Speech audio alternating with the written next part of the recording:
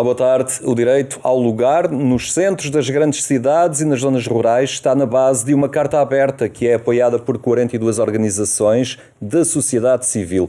Hoje contamos entre nós com duas dessas entidades signatárias, a Fundação Gonçalo da Silveira, aqui representada pela Sandra Fernandes, e o Graal, representado por Eliana Madeira. Boa tarde, obrigado por terem vindo, por estarem aqui no programa Eclésia. Que carta aberta é esta? E começo por si, Eliana. Como é que chegaram à conclusão de que era necessário arrancar com um movimento desta envergadura, com uma carta aberta para sensibilizar para esta situação? Então, antes de mais, muito boa tarde. Obrigada pela oportunidade de estarmos aqui a falar hoje sobre esta carta aberta.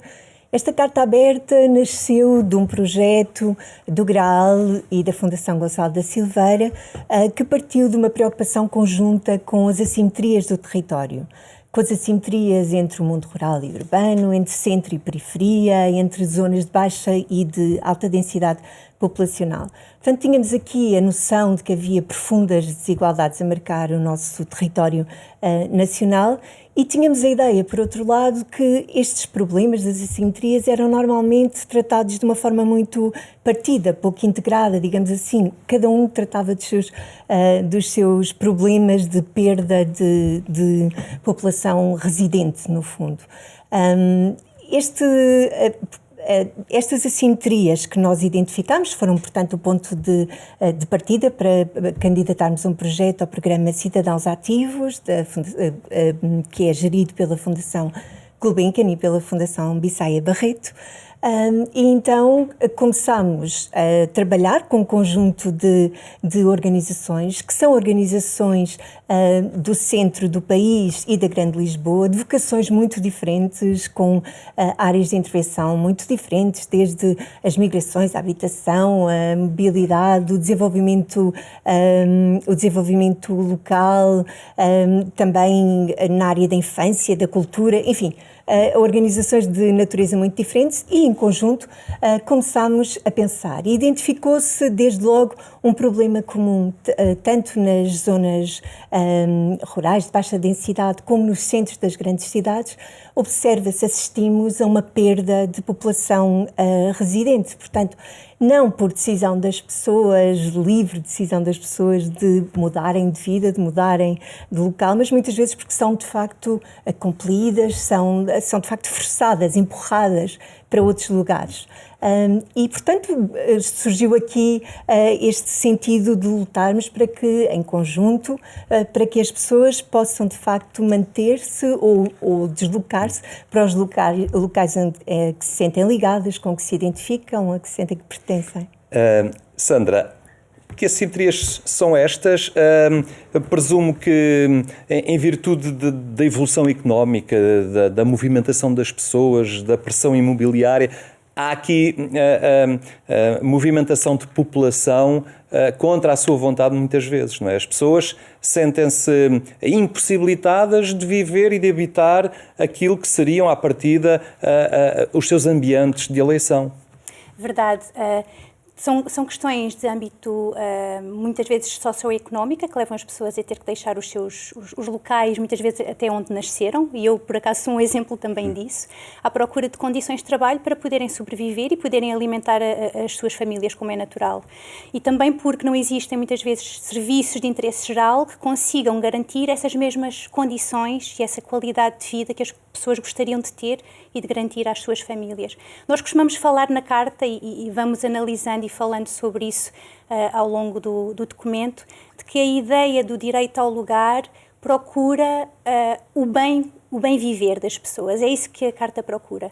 É garantir a possibilidade das pessoas escolherem o local onde vivem e de terem boas condições de vida nesse local. Portanto, é o direito ao lugar e a bem viver nesse local. É isso que procuramos trabalhar nesta Carta. E nessas condições, só para concretizar um bocadinho mais, e isso também é referido na vossa documentação, quando assistimos a notícias que fecham estações de correios, centros de saúde, quando falamos da otimização dos recursos económica, da racionalidade económica, são coisas que estão a empurrar pessoas, nomeadamente para as periferias das grandes cidades, e a retirá-las ao interior do país? Ao interior do país e ao centro das grandes cidades, como é o caso da Grande Lisboa, que ficou esvaziada de população residente. Foi este fenómeno muito curioso que percebemos que era comum aos dois territórios dentro do espaço nacional e que não é específico destes dois territórios e que se alarga a todo o território nacional onde nós vemos essas situações. E por isso foram desenhadas um conjunto de medidas na área habitacional, desde os espaços públicos, serviços de interesse geral, tanto para a área do interior como para a área urbana, interior, baixa densidade, alta densidade, pois há aqui a questão terminológica não é consensual, mas que foram percebidas, elencadas e pensadas pelo conjunto das organizações envolvidas para serem aplicadas aos territórios a que se sentem ligadas, seja num lado, seja como no outro. Eliana, isto é algo que se vai agudizando cada vez mais, portanto, não é um fenómeno que está estabilizado ou algo assim, mas é algo que se tem vindo a evidenciar muito, por exemplo, a nível da pressão imobiliária que se abate no centro das grandes cidades. Lisboa é um caso disso, e que leva as pessoas a sair, não é? Vemos como os bairros típicos da nossa cidade se vão esvaziando da sua população, se vão enchendo de alojamentos locais, mas isto leva a uma descaracterização da comunidade humana que a deveria habitar, não é? Sem dúvida, essa descaracterização acompanhada por um certo afrouxamento dos laços comunitários, não é? De pessoas que foram perdendo os seus vizinhos, os modos habituais de vida nos seus bairros. De facto, é uma realidade que merece mesmo a nossa atenção. E tem também este esvaziamento da população residente tem esta consequência em si, da descaracterização e do isolamento e do afrouxamento dos laços sociais. Tem também outras consequências, que é o alargamento, a expansão das periferias, agudizando situações que muitas vezes já são difíceis e que se agravam. De facto, vemos isto no preço da habitação também nas periferias, que subiu, o acesso aos serviços de interesse geral tornou-se mais dificuldade, porque há mais gente e, enfim, há todas as questões da mobilidade que sabemos que são dramáticas, a sobrelotação dos transportes públicos e também, obviamente, as filas de trânsito que bem conhecemos, não é?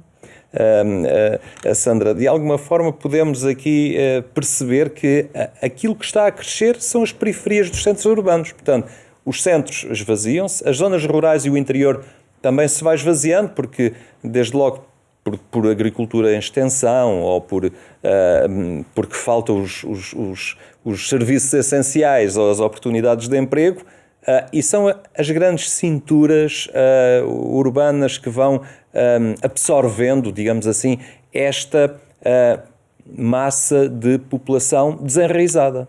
Certo. Sendo que agora e é outra das questões que nós procuramos chamar a atenção nesta carta, é que o fenómeno que é negativo em si, portanto, desta pandemia, o Covid-19, trouxe um afrouxar, como é natural, da sobrelotação da cidade a nível turística. Portanto, nós temos uma oportunidade neste momento, e agora estou a falar em concreto da cidade de Lisboa, mas poderia falar de outras.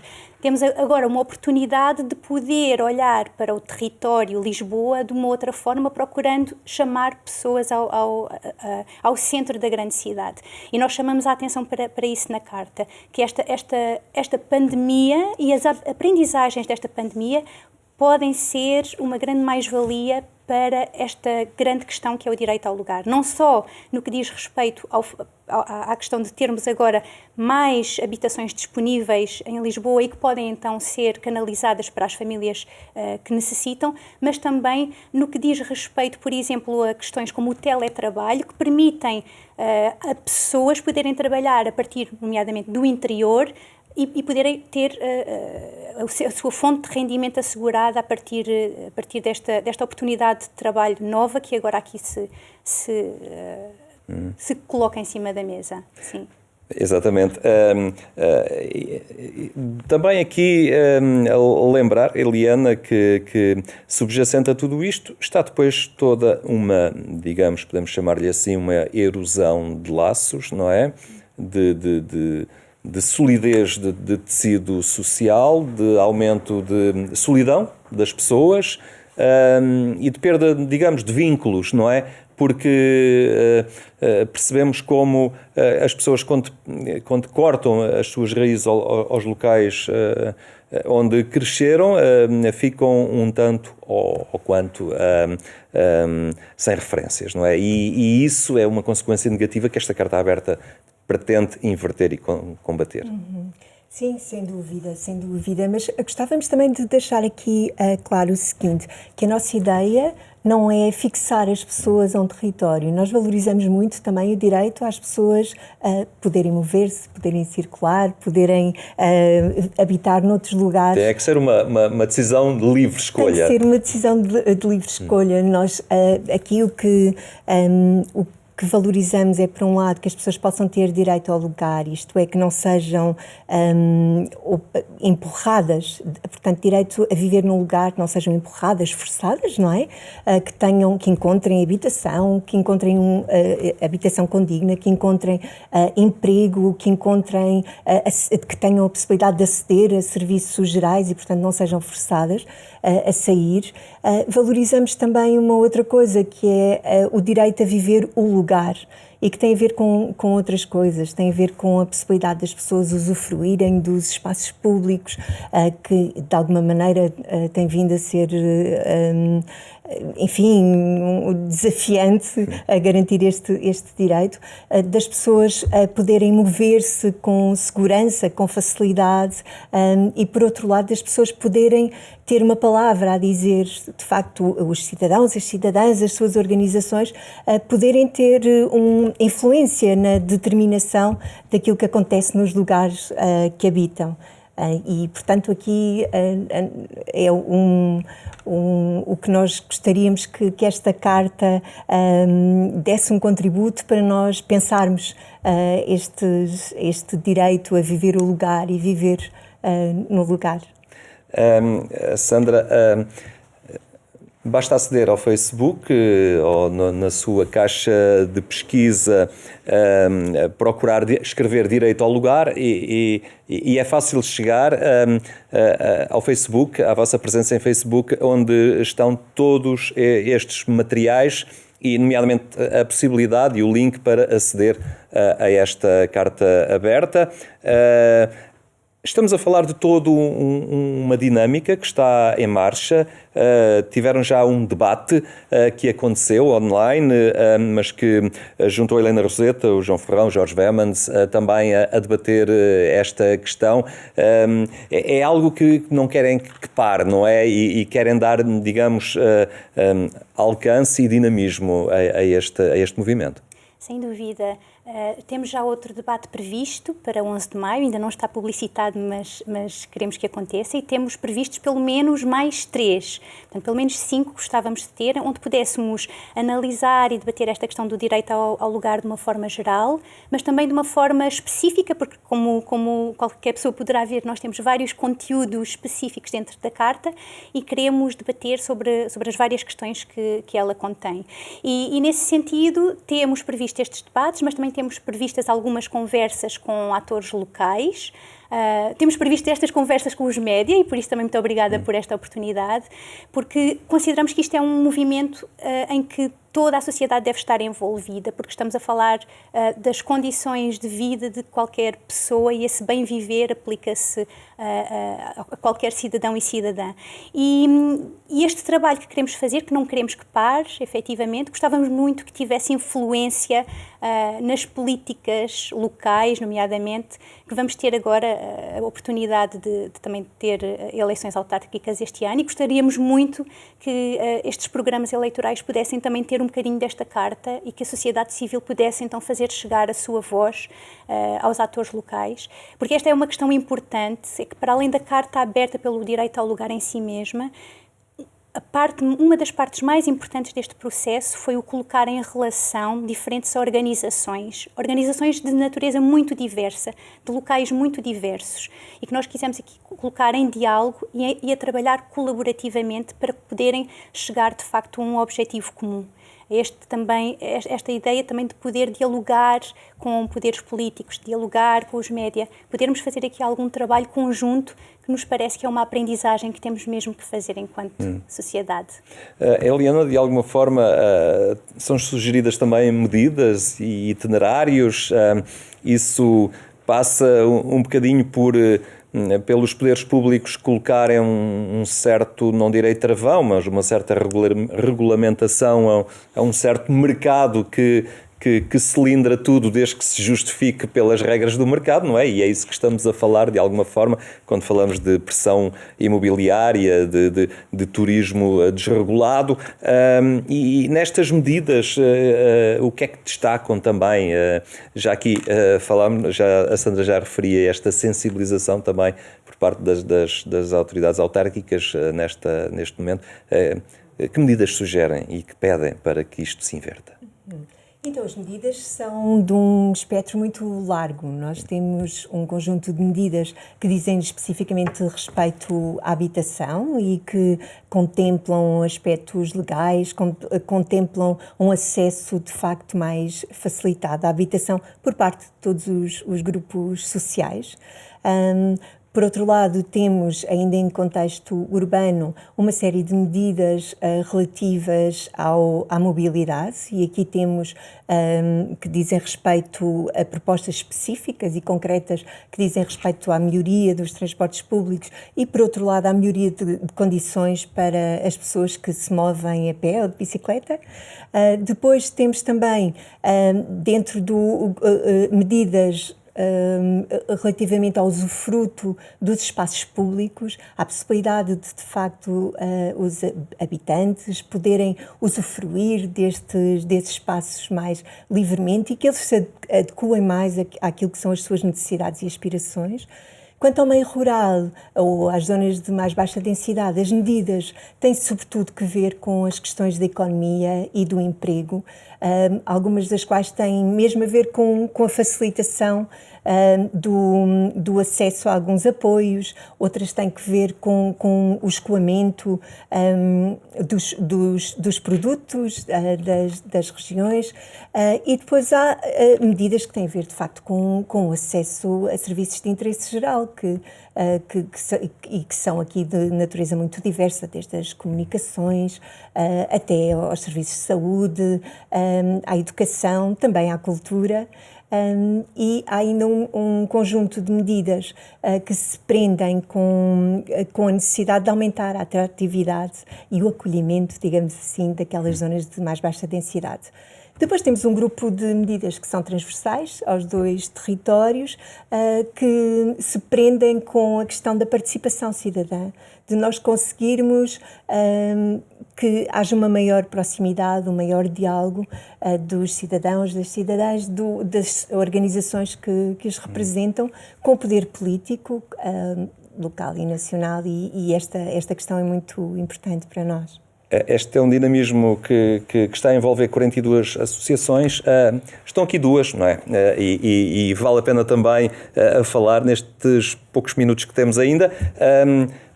A Fundação Gonçalo da Silveira, o que é e como é que se associa e assumiu esta causa? Então, a Fundação Gonçalo da Silveira, FGS, também costumamos, FGS, Justiça e Transformação Social, é uma organização da Companhia de Jesus em Portugal e que tem trabalhado desde há uns bons anos as questões da educação para o desenvolvimento e que enquadrando muito o seu trabalho na educação formal, na educação não formal, no trabalho com as organizações, e que procura levar processos de diálogo e de aprendizagem junto das organizações e público com quem trabalha, procurando sempre processos de transformação social que levem ao tal bem comum que nós temos vindo aqui a falar, com vista a uma outra sociedade mais justa e mais que se possa ser mais igualitária para toda a gente. Exatamente. E o movimento Graal, Eliana? Então, o Graal é um movimento internacional de mulheres cristãs que nasceu na Holanda há 100 anos. Está em Portugal desde 1957, trazido por Maria de Lourdes Pintacilgo e Teresa Santa Clara Gomes. É um movimento que tem hoje como missão construir uma cultura de cuidado de si, cuidado dos outros, cuidado do estado do mundo, e tem desenvolvido projetos de natureza muito diferente, procurando dar sempre respostas àquilo que é a nossa leitura dos problemas que afetam a sociedade e o mundo. E vão notando que há sensibilidade na sociedade, digamos, para se deixarem envolver por estes desafios que associações como as vossas, movimentos como os vossos, vão lançando? Olha, nós muitas vezes andamos aqui um bocadinho contracorrente e não podemos esperar facilidades na realização dos nossos objetivos e tudo isto. De qualquer forma, e no que diz respeito a este processo concretamente, tivemos um acolhimento extraordinário e de facto muito boas companhias, tanto da parte das organizações como mesmo um bom acolhimento por parte de pessoas individuais e coletivas, e estamos muito contentes por termos de alguma maneira conseguido escolher um problema que é significativo e que mobiliza as pessoas. E estamos empenhadas nisto, em dar continuidade a este processo. Sandra, temos aqui duas associações cristãs, católicas, mas nestas 42, muitas não se encaixam, ao fim e ao cabo, não partilham esta perspectiva de vida, mas há uma perspectiva humana. É positivo e também fator de crescimento, muito rapidamente, este relacionamento com todas estas organizações, levando também testemunho de evangelho junto delas? Sem dúvida, eu acho que este tipo de processos e o facto de nos colocar diversas organizações com diferentes naturezas em diálogo ajuda-nos a crescer e ajuda-nos a fortalecer-nos mutuamente enquanto sociedade civil, independentemente do que está na base e a origem de cada uma das organizações. Eu acho também, completando também um bocadinho o que a Eliana dizia, o facto de termos tido tantas subscrições, e já agora está aberta a subscrições, e convido toda a gente a subscrever, é sinal de que este processo vale a pena. Exato. Muito obrigado a ambas. Obrigado pela vossa presença hoje aqui entre nós. Vamos continuar a acompanhar certamente este movimento. A terminar, fica ainda o desafio para que mais logo, pelas 22h45, acompanhe na Antena 1 a emissão do programa Eclésia. Tenha então uma muito boa tarde e até amanhã, se Deus quiser.